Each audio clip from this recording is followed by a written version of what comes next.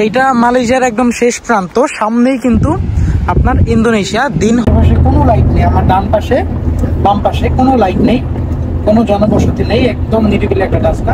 মানে রাতের বেলা মালয়েশিয়ার যে হাইওয়ে গুলা না দেখলে বিশ্বাস করা কঠিন।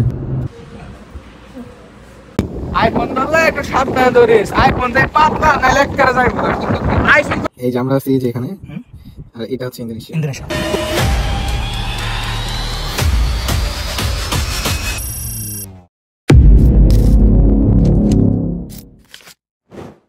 আসসালামু আলাইকুম এভরিওয়ান, আশা করি সকলেই ভালো আছেন। গেস ওয়াট, রাত বাজে 1টা এবং এখন যাচ্ছে আপনাদেরকে নাইট ভিউ দেখানোর জন্য।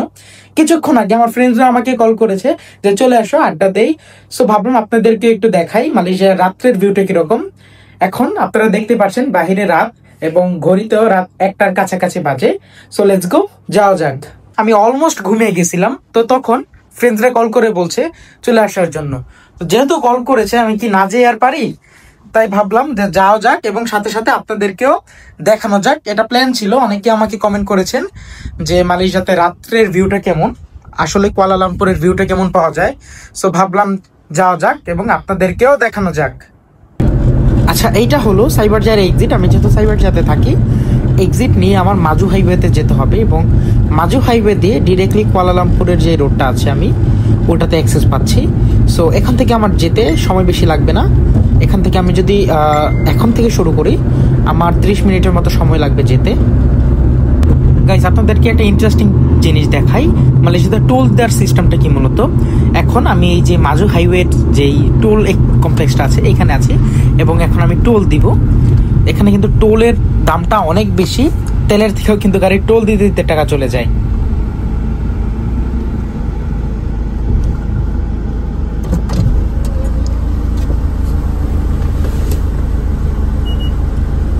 স্টুডেন্ট কার্ড দিয়ে টোল দিলাম, কোনো ডিসকাউন্ট নেই, 3.5 রিঙ্গিত রাখবো, যা বাংলাদেশি টাকায় প্রায় 100 টাকার মতো। সো দেখা যায় প্রত্যেকটা রাস্তাতে কিন্তু এরকম টুকটাক টোল দেওয়া লাগে মালয়েশিয়াতে হাইওয়েগুলোতে। মাজু এক্সপ্রেসটা সাধারণত খালিই থাকে, যার কারণে আমি এখন রাইট লেন দিয়ে যাচ্ছি, ফার্স্ট লেন দিয়ে। সো গাড়িটা অনেক স্পিডে যাচ্ছে, ফাঁকা থাকার কারণ আছে, রাত বাজে এখন 2টা। এই রাস্তা দিয়ে সব কর্পোরেট মানুষ চলাচল করে। সো আজকে যেহেতু উইকেন্ডস না, যার কারণে মূলত সব কিছুই ফাঁকা ফাঁকা। নাইট ভিউ যেহেতু আমরা সবাই দেখার জন্য বের হয়েছি, সো রাস্তাটা কেন দেখবেন না আপনারা। এটা মূলত আমরা মাঝামাঝি ডিস্টেন্সে আছি, সেরিকেম্বাগান বলে এখানে। এটা আরেকটা স্ট্রিটের মধ্যে পড়েছে। সো এটার উপর দিয়ে আমাদেরকে মূলত যেতে হয়। আপনারা দেখতে পাচ্ছেন রাতের রাস্তাগুলো খুব সুন্দর। এখান থেকে আমাদের সামনে যেয়ে আর কিছু কিলোমিটার অতিক্রম করতে হবে। গাইস, মাজু থেকে এক্সিট নিয়েছি, এখন আমরা যেহেতু বুকিত বিনতাংয়ের দিকে যাচ্ছি, সো এই হাইওয়েতে চলে এসেছি। আমি যেটা বরাবর বলে থাকি, রাতের ভিউ বলেন মালয়েশিয়া বলেন, না দেখা ছাড়া বুঝবেন না। ক্যামেরাতে যতটা সুন্দর লাগছে, বাস্তবে কিন্তু এর থেকে 1000 গুণ বেশি সুন্দর। সো জাস্ট ইমাজিন করা যায় এত সুন্দর হাইওয়ে মালয়েশিয়াতে। আমরা আসলে অনেকে মালয়েশিয়াকে ছোট করে দেখি, কিন্তু মালয়েশিয়াতে আসা ছাড়া বিষয়গুলো বুঝবেন না কতটা সুন্দর।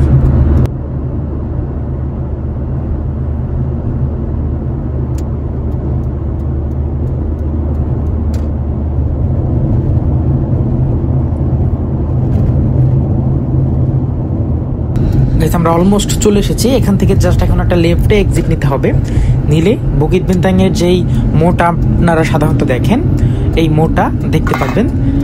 এখানে মোটামুটি কিছুটা ট্রাফিক পাওয়া যাবে, 24 ঘন্টায় থাকে, যেহেতু একদম কুয়ালালামপুরের পয়েন্ট এবং ট্যুরিস্ট স্পট, যার কারণে এখানে সবসময় মোটামুটি একটু ট্রাফিক পাওয়া যায়, গাড়ি ঘোড়া চলাচল করে, এটা স্বাভাবিক।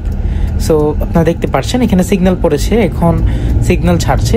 আমি সামনের এই রোডটা একটু সামনে গেলে আপনারা দেখতে পারবেন, সোশ্যাল মিডিয়াতে যারা মালয়েশিয়া নিয়ে ঘাটাঘাটি করেন দেখলে চিনবেন যে আমি এখন কোথায় আসছি অ্যাকচুয়ালি। ঠিক আছে, আমার সামনেই এখন আরেকটা সিগন্যাল আছে, এই সিগন্যালটা ক্রস করলে আমি আমার ডেস্টিনেশনে পৌঁছে যাব। এখানে একটু স্লো যাওয়া লাগবে, কারণ গাড়ি ঘোড়ার অনেক চাপ, এমনও হয় অনেক সময় যাওয়াও যায় না। আমার মাথার উপরে এটা এলআরটি স্টেশন এবং আপনারা হয়তো সামনে দেখতে পাচ্ছেন এই স্কোয়ারটা, ওই যে ম্যাকডোনাল্ডসটা দেখা যাচ্ছে, এটা আপনারা হয়তো সবসময় দেখে থাকেন ভিডিওগুলোতে, স্পেশালি রিলসের মধ্যে এই জায়গাটা মোস্ট পপুলার। এখানে একটা ট্রাফিক ছিল, কিছুক্ষণ ওয়েট করা লাগছে। এখন আমি যেটা করব সেটা হলো বাংলাদেশের যেই রেস্টুরেন্টগুলো থাকে অ্যাজ ইউজুয়াল, আপনারা এই মোড়ে আসলে মোড় থেকে একটু সামনে দেখবেন এখানে একটা রেস্টুরেন্ট আছে, নাম হলো হালাপ। এইটার বাম দিকে যাবেন, গেলে একটা ঢাল আছে, এই ঢাল দিয়ে আপনাদের নিচে নামতে হবে। তাহলে দেখবেন যত ধরনের বাংলাদেশি রেস্টুরেন্ট বলেন, বাংলাদেশি বলেন, এখানে কিন্তু আপনারা পেয়ে যাবেন। এবং এইটা মালয়েশিয়াতে one of the best tourist spot.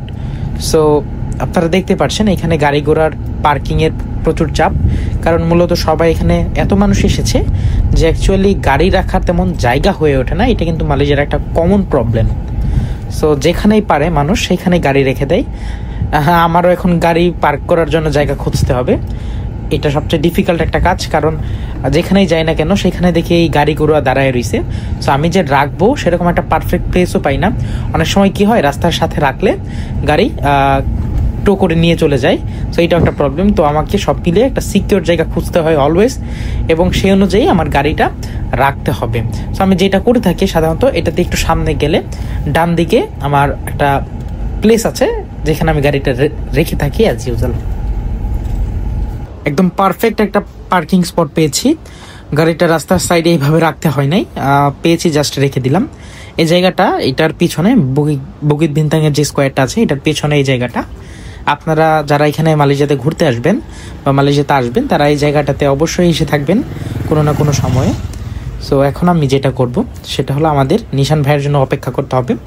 Already আমাকে কল করেছে, তারা অন দ্য ওয়েতে আছে, তারা জব করতেছিল। সো জব শেষে এখন আসবে। আমার এখন সামনে রেস্টুরেন্টে ওয়েট করা লাগবে তাদের জন্য। কিছুক্ষণ আগে যেটা আপনাদেরকে মেনশন করলাম, এখানে এই যে বাংলাদেশের রেস্টুরেন্টের কথা দেখেন, নাম হলো আড্ডা ঘর, সামনে পিঠাঘর, বাম পাশে আলো ছায়া, যেটা আপনারা হয়তো অনেকে জানেন আলো ছায়া রেস্টুরেন্টের কথা। এবং আরও অনেক ধরনের বাংলাদেশের রেস্টুরেন্ট এখানে আছে। আমার সাথে কিন্তু আজকে হাবিবও আছে।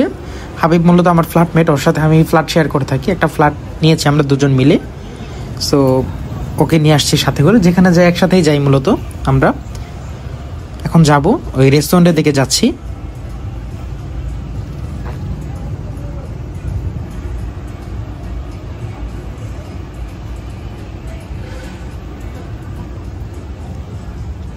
না, খাওয়া দাওয়া করেন, আমি খাওয়া দাওয়া করেছি, জাস্ট চা খাবো।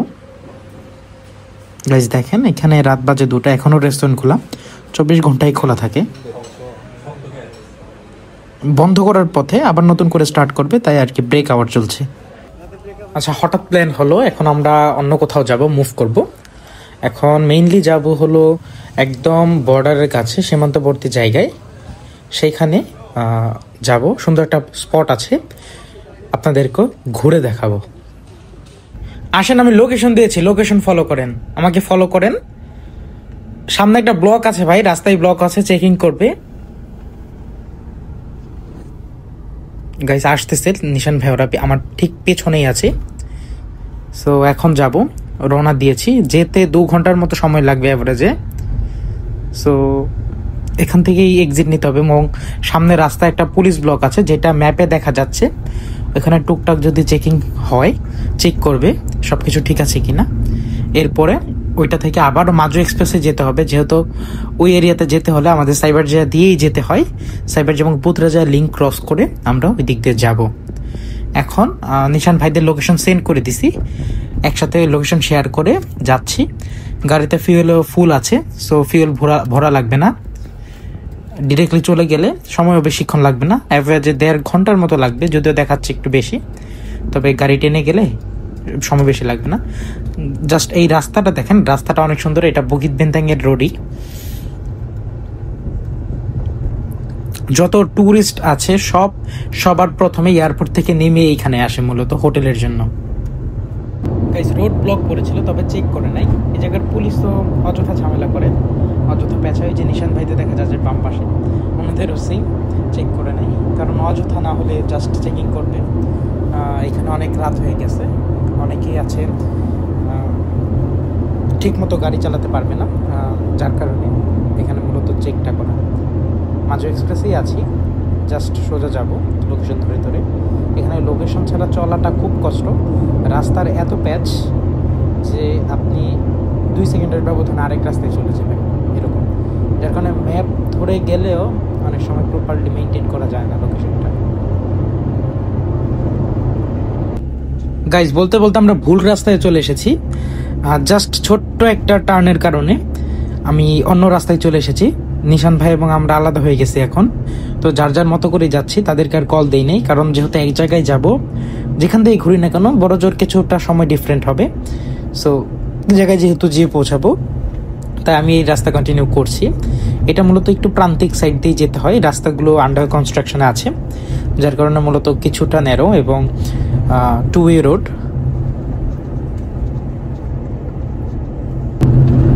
এইটার অ্যালটারনেটিভ আরেকটা রাস্তা ছিল, তবে ওই রাস্তাটা কিছুটা কাজ চলার কারণে আমাদের এই রাস্তা দিয়ে আসতে হচ্ছে, এবং রাস্তাটা খুবই নীরব রাতের বেলা এবং মোটামুটি একটু ডেঞ্জারাস, কারণ এখানে টু ওয়ে লাইন, এটা একটা প্রবলেম।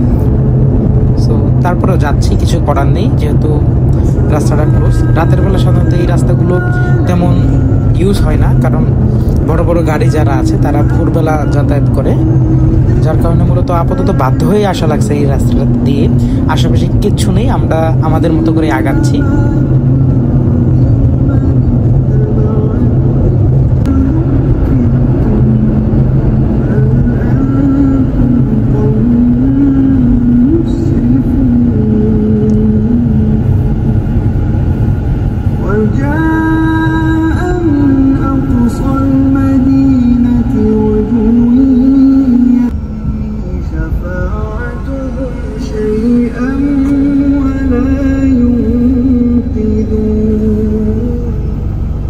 মানে কি একটা অবস্থা, তাই না?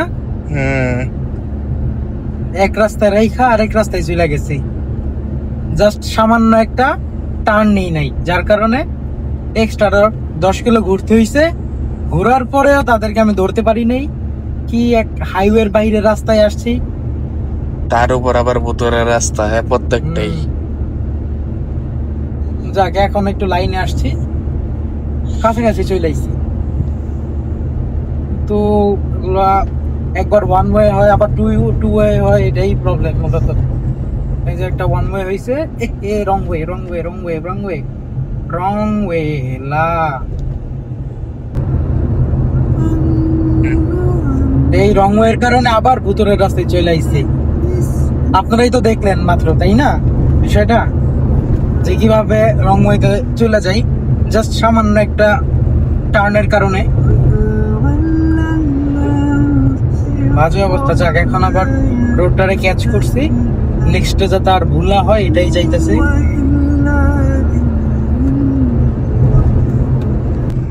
যাক, অনেক কষ্টের পরে এই ভুতুড়ো রাস্তা ছেড়ে আমরা একটু মেইন পয়েন্টে এসেছি। দেখেন জাস্ট কতটা সুন্দর, হঠাৎ করে দেখে খুব ভালো লাগলো জিনিসটা আমার। এদিকের রাস্তাগুলো আসলে অর্ধেক থাকে নীরব এবং অর্ধেক থাকে জমজমাট। যেগুলো থাকার ওগুলো একদম পারফেক্টভাবেই সুন্দর করে সাজানো থাকে। জাস্ট দেখেন কত সুন্দর করে সাজানো। আসলে এই জায়গাগুলো হলো মূলত মালয়েশিয়ার একদম পোর্ট সাইড অবস্থিত, যার কারণে আন্ডার কনস্ট্রাকশন আছে।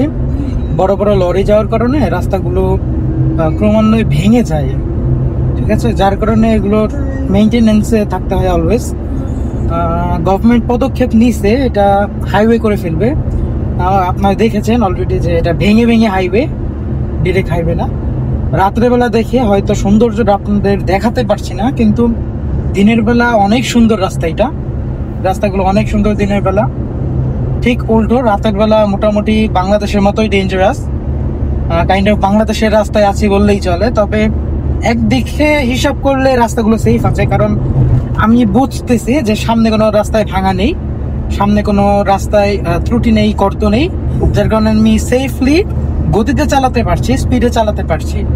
সো এটা একটা প্লাস পয়েন্ট। কিন্তু বাংলাদেশের ব্যাপারটা হলো যে স্পিডে চালানো যায় না, কোথায় কি আছে বলা যায় না। এই যে আমাদের আশেপাশে দেখতেছেন এখন কোনো লাইট নাই, কারণ আমি একদম সমুদ্রের মাঝে আছি বললেই চলে। আমার দুপাশে সমুদ্র,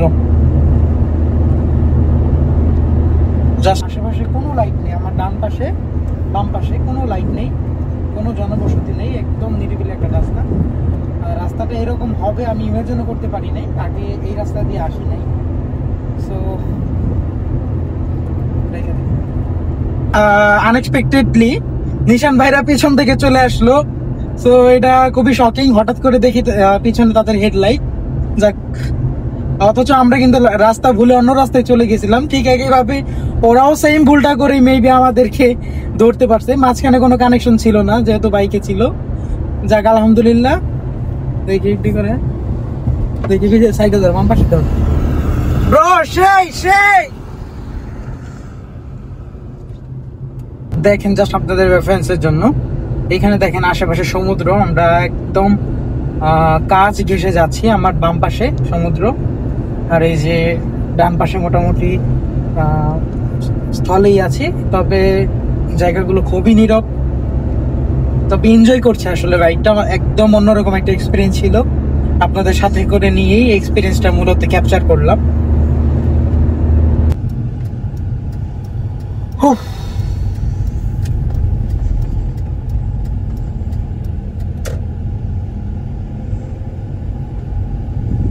জোস একটা প্লেস না? হাবিব, ফিলিংস কেমন? অসাধারণ একদম। আমি যে এত দক্ষ একটা ড্রাইভারের পরিচয় দিলাম, আমাকে এই জন্য কিছু ট্রিট দিবি না? দেওয়া যায়। ওকে, ঠিক আছে, ডিল। হ্যাঁ, শর্মা প্লেটার। ওকে ওকে, ডিল।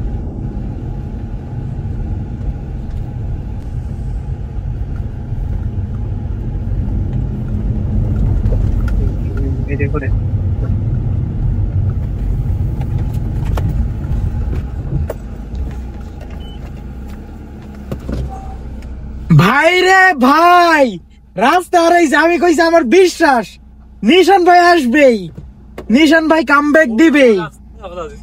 রাস্তা কোনটা? ওই যে ডান পাশে ব্রিজ দিয়ে গেছিলেন নাকি নিচ দিয়ে গেছিলেন নীলাইতে? আমিও তো সোজা গেছি, আপনাকে দেখে আমি আরো সোজা গেছি, ঠিক আছে, কিন্তু যাই আর পাই নাই। আমি পরে ম্যাপ ফলো করে বামের এক্সিটটা নিয়ে সেপাং দিয়ে বেরোইছি, কিন্তু আমার বিশ্বাস ছিল আপনার আমি পামই। এই চল গাইস, ফাইনালি এই যে নিশান ভাই। ব্রো, এক্সপেরিয়েন্সটা কি? ভালো ছিল। আমি যদিও বাইকে আপনারা ছিলাম। হয়তো চিনছেন নিশান ভাইকে, আমার ফার্স্ট ভিডিও ছিল নিশান ভাইয়ের সাথে। আজকে আবারও প্রায় অলমোস্ট 2 ইয়ার পরে। তবে এটা বড় ভিডিওতে কথা না, বড় কথা হলো এই যে দেখেন এখন ভাটার সময়, পানি পুরোটা শুকিয়ে গেছে, বাতাসও তেমন নাই। হ্যাঁ হ্যাঁ, আলো হোক, কিন্তু যে যাই বলুক, আমার বন্ধু হাবিবের কিন্তু বিশ্বাস ছিল আমি সেফলি একদম এখানে চলে আসব। কি হাবিব, ঠিক আছে না? ঠিক আছে, চিল। একদমই পানি কম রে রাতুল, আর একটু পল বাড়বে। Wow guys, just see. কি একটা অবস্থা! হ্যাঁ, কত সুন্দর গাইস। দেখেন, এইটা মালয়েশিয়ার একদম শেষ প্রান্ত, সামনেই কিন্তু আপনার ইন্দোনেশিয়া। দিন হলে আপনাদেরকে প্রপারলি দেখাচ্ছি। এখন জাস্ট ঢেউগুলো দেখেন কি অবস্থা। হ্যাঁ, অনেক সুন্দর একটা জায়গা।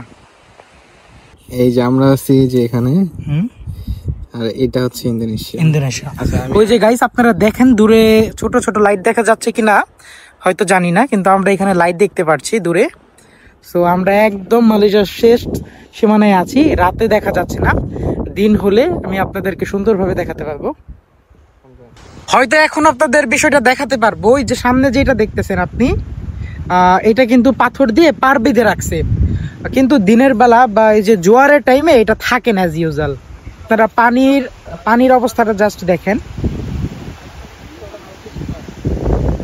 মালয়েশিয়া সীমানা ওটা? আচ্ছা আচ্ছা, জোস একটা জায়গা। ব্রো, আপনি আমার ভিডিওর কন্টেন্টটাই ঘুরাই দিছেন পুরা, সে একটা জায়গায় নিয়ে আসছেন। ভাই, মালয়েশিয়াতে বৃষ্টির কথা বলা যায় না। কিছুক্ষণ আগে কিন্তু এনজয় করছিলাম, এখন এসে আবার বৃষ্টি শুরু হয়েছে, তাই গাড়ির ভিতরে বসে পড়ছি। বৃষ্টিটা থামুক, সকালও হচ্ছে, প্রায় সকালটাও হোক, এরপর আপনাদেরকে ভিউগুলো সুন্দরভাবে দেখাতে পারবো। গাইস দেখেন কি পরিমাণের বাতাস এখানে, এটা আমাকে উড়িয়ে নিয়ে যাচ্ছে লিটারেলি। দিনের আলো ফুটে শুরু হয়েছে, কিছুক্ষণের মধ্যে সূর্যোদয় হয়ে যাবে। আর কিছুক্ষণ আগে বাতাস ছিল না, এবং যেটা ছিল না, এখানে পানি ছিল না, চর ছিল। এখন দেখেন অলরেডি জোয়ার আসা শুরু হয়েছে, যেটা আপনাদের কিছুক্ষণ আগেও দেখিয়েছিলাম। ধরিস আইফোন যাই পাতলা নাইলে এক করে যাইব আইফোন করে পাতলা গাইস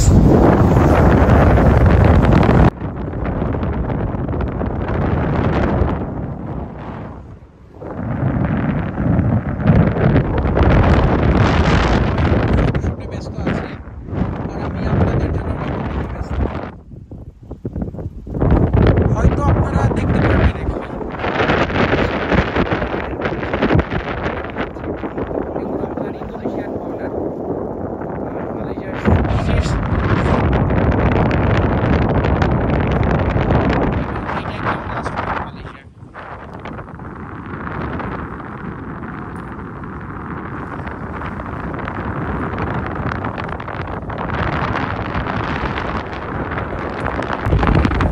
জায়গাটা অনেক সুন্দর আপনারা হয়তো দেখতে পাচ্ছেন পিছনে কত পরিমাণের বাতাস এবং এখন আকাশটা হালকা মেঘলা অনেক সুন্দর একটা প্লেস যারা মালয়েশিয়াতে আসবেন এই জায়গাটাতে অবশ্যই এসে ঘুরে যাবেন আশা করা যায় ভালো লাগবে